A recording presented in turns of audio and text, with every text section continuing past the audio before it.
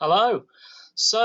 Welcome to another set of looking at the Bible notes. A different camera. It's all weird. It's a bit concave. So that's it's. If you're looking at the perspective, it's the camera. It's not you.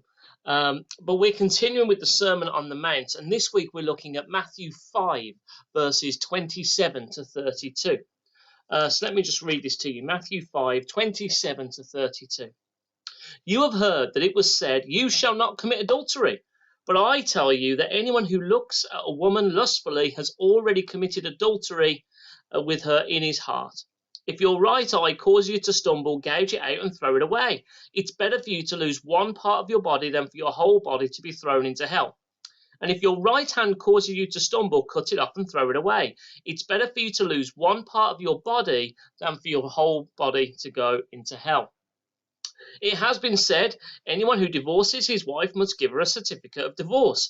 But I tell you that anyone who divorces his wife, except for sexual immorality, makes her the victim of adultery, and anyone who marries a divorced woman commits adultery. Wow, some hefty themes in this section of the Sermon on the Mount: adultery and divorce. Both things that are still very relevant in today's society. How many magazines, how many internet articles, how many newspaper reports, TV programs report and sensationalize celebrity divorce or adultery?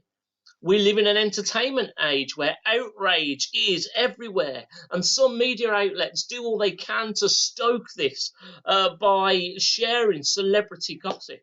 And then so what happens with celebrity gossip is some very private news in someone's life becomes everyone's business.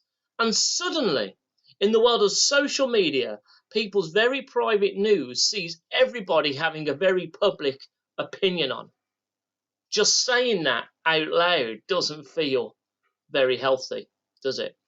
But we can't escape the fact that every day, in some form of screens or print, somewhere, people are writing, speaking, and reading about adultery and divorce. There are the numbers of people getting married now are getting lower. But that doesn't mean that we don't hear about divorce either. But there's certainly lots of reports about adultery out there. There's something in my Christian walk that I have repeated to myself and to many, many people again and again and again. This is the phrase, God is a God of the heart. Something that I think Jesus wanted the Pharisees, the teachers of the law, and the Jewish people of the time to understand. God is a God of the heart. You can follow all of the law as you like as a tick box exercise, but if your heart isn't in it, why are you doing it? God doesn't want people who will tick a box. He wants people to be in relationship with. He wants our hearts. That's why we say, I give him my life. I give him all of me. And when we look at the Sermon on the Mount again and again, Jesus, remember, doesn't destroy the law. If anything, Jesus doesn't destroy the law, but he raises the bar every single time from the law. Why? Because God doesn't want box tickers. He wants kingdom ambassadors living for him from the inside out. To be what we need to be means we've got to be people that more than follow the law. It means we've got to be a people who are led by our hearts. So Jesus here starts with adultery to show what he means. The law says don't commit adultery. And yeah, let's not commit adultery, people, okay? There's nothing wrong with that law, is there? In fact, that's something very, very good to keep. Let's not be a people who commit adultery, okay? But Jesus says, hold on a minute. Let's also not forget that God is a God of the heart. Let's say you're married to someone and you've said that you love them totally. Let's say that you promise to love them before God, but you spend your day looking at and lusting after people who aren't your partner. That doesn't sound very healthy for your heart, and it doesn't sound very healthy for your relationship with your partner either. So Jesus says, hold on a minute. The law says don't commit adultery, and that's good. But how healthy is it for your heart or for your relationship if you spend your internal life lusting after and looking at others when you should feel that for your partner? God is a God of the heart. How would your partner feel if they knew that your internal life was spent lusting after others? Jesus is trying to show us, and I've said this again and again, a better way. That following the law is good, but leading with the heart in conjunction with the law is better. Remember what I said a couple of weeks ago? The only example that the Jewish people of the time had was the Pharisees, who were follow the law, be bound by the law. And Jesus came to show a way that means we don't just have to be right by the law, but we have to be righteous before God. This is an example of that. The next example that Jesus gives in this scripture is of divorce. And looking at the context of the time, Jewish law was very, very clear. If certain things happened, then you could easily get a divorce in the eyes of the law.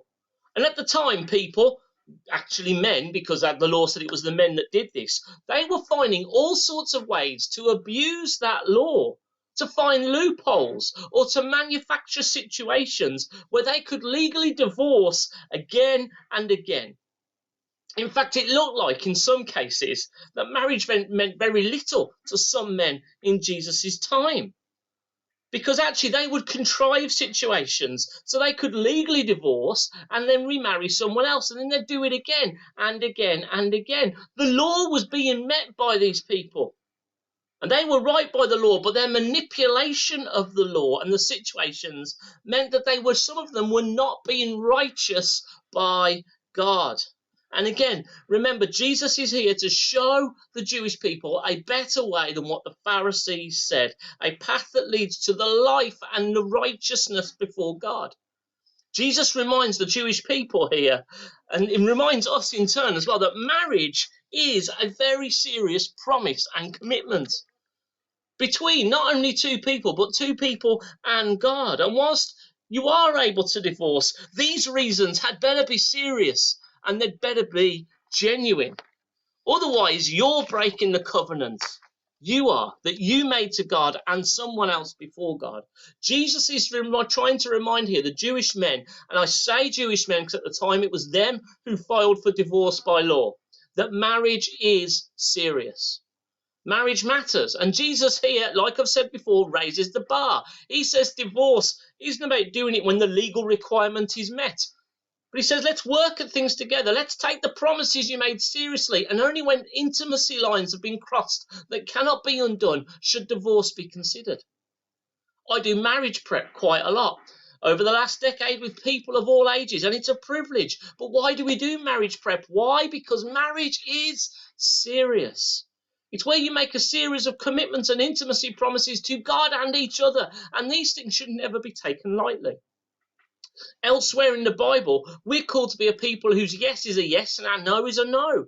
And when we promise to stand by someone through all things, like in sickness and health, for example, that we understand that we're saying this publicly and that these promises are part of our witness to other people too. Recently, Chris knew he stood up in church and shared that he'd celebrated 51 years of marriage to Pat, a marriage that both knew God wanted for them, but the people of this world said would never last. 51 years later, that marriage is still a testimony to God. Let's have more stories like that. Our promises to God and to each other publicly matter. Jesus is reminding the Jewish audience of that here too, raising the bar of life above the law to being about the heart. Let's never forget that God is a God of the heart.